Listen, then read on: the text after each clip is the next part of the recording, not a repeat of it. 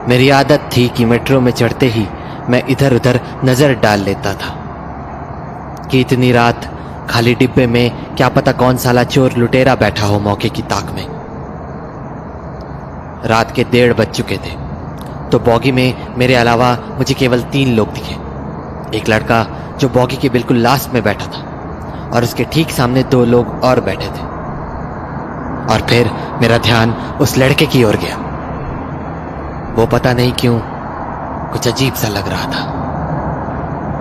इस बीच मेट्रो चल दी और मैंने अपना ध्यान उससे हटा लिया। लेकिन फिर मेरे दिमाग में आया कि आखिर वो लड़का ऐसी अजीब हरकतें कर क्यों रहा था।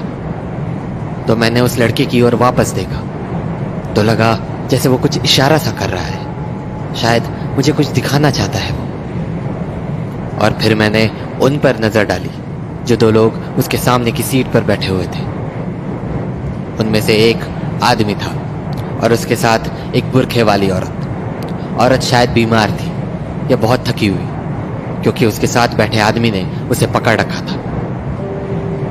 अगला स्टेशन नारायणा विहार है। उसी समय अगले स्टेशन का अनाउंसमेंट हुआ और वो आदमी पता नहीं क्यों मुझे घूर के देखने लगा। लेकिन मैंने अपनी नज़र सीधी कर ली। लेकिन मुझे लगा जैसे वो लड़का अचानक खड़ा हुआ तो मैंने उस पर नज़र डाली। लगा जैसे वो मेट्रो से उतरना चाहता है, पर चलने के बजाय वो अजीब तरह से इधर उधर देख रहा था, जबकि मेट्रो बस रुकने ही वाली थी। और जब मेरी नज़र फिर से उस पर गई तो वो अपनी सीट पर बैठ चुका था। और मैं ये देख के हैरान था कि वो अभी भी वैसे ही इधर उधर देखे जा रहा था।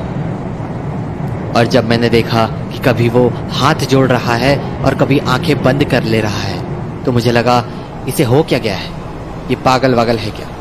और मैंने उससे नजरें हटा ली।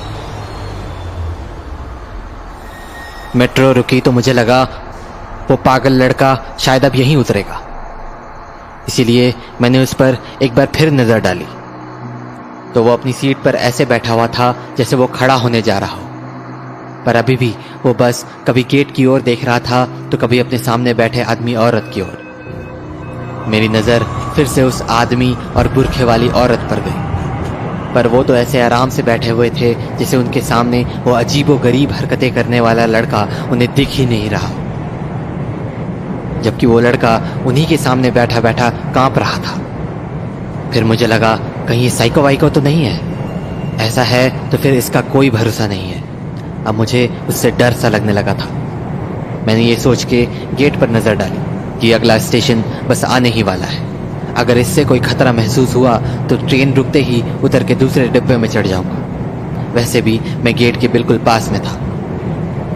मैंने गेट से उसकी दूरी का अंदाजा लगाने के लिए उस पर नजर डाली तो वो मेरी ओर ही देख रहा था। मुझे लगा पक्का इसके मन में कुछ तो जरूर है। तभी हल्की सी आहट से मेरी नजर उसकी ओर घूमी तो वो खड़ा हो चुका था और उसकी नजरें अभी भी मुझ पर ही टिकी हुई थी।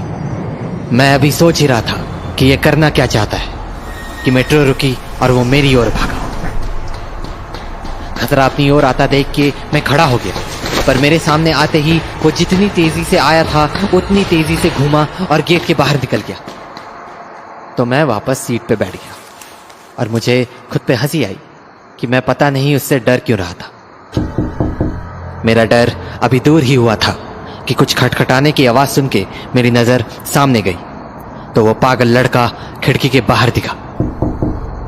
मुझे लगा जैसे वो मुझसे कुछ कहना चाहता है, पर क्या। वो खिड़की के बाहर से उस ओर इशारा कर रहा था जहां वो कुछ देर पहले बैठा नहीं, जहां वो बुरखे वाली औरत और उसके साथ वाला आदमी बैठा था। पर क्यों?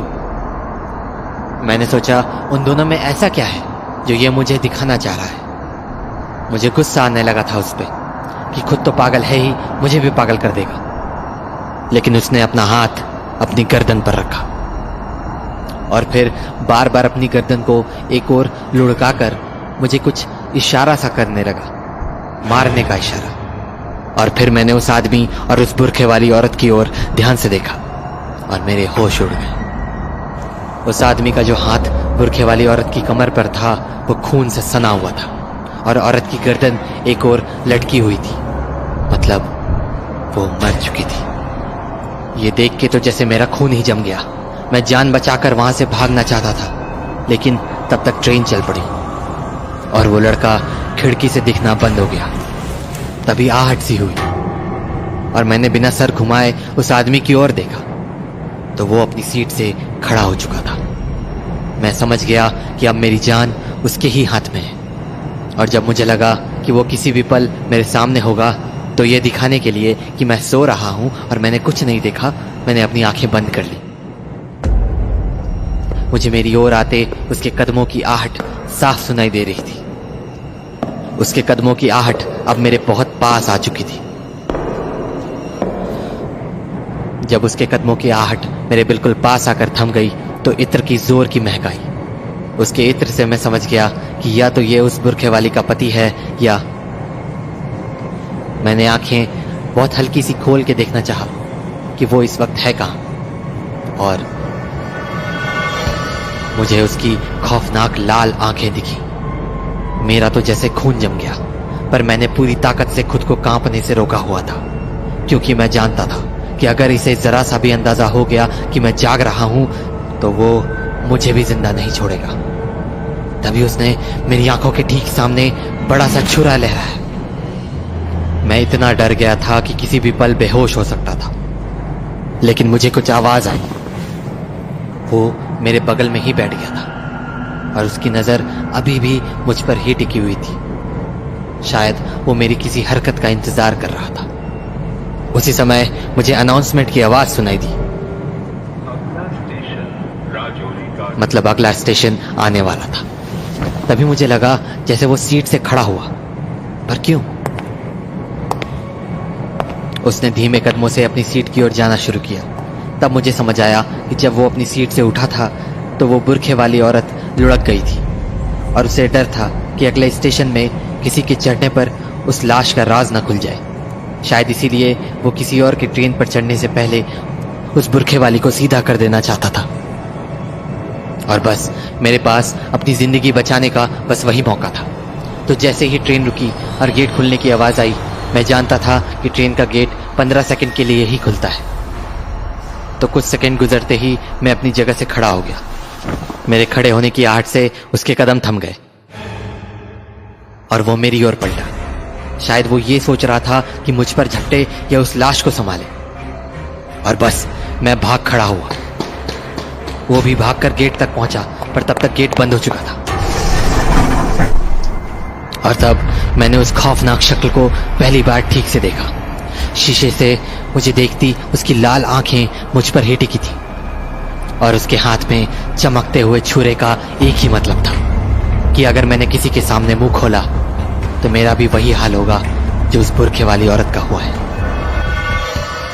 ट्रेन चल पड़ी थी और अब मेरी जान को उससे कोई खतरा नहीं था, लेकिन मैं जाने कितनी देर तक मौत के उस खौफ से किसी पत्ते की तरह कांपता रहा।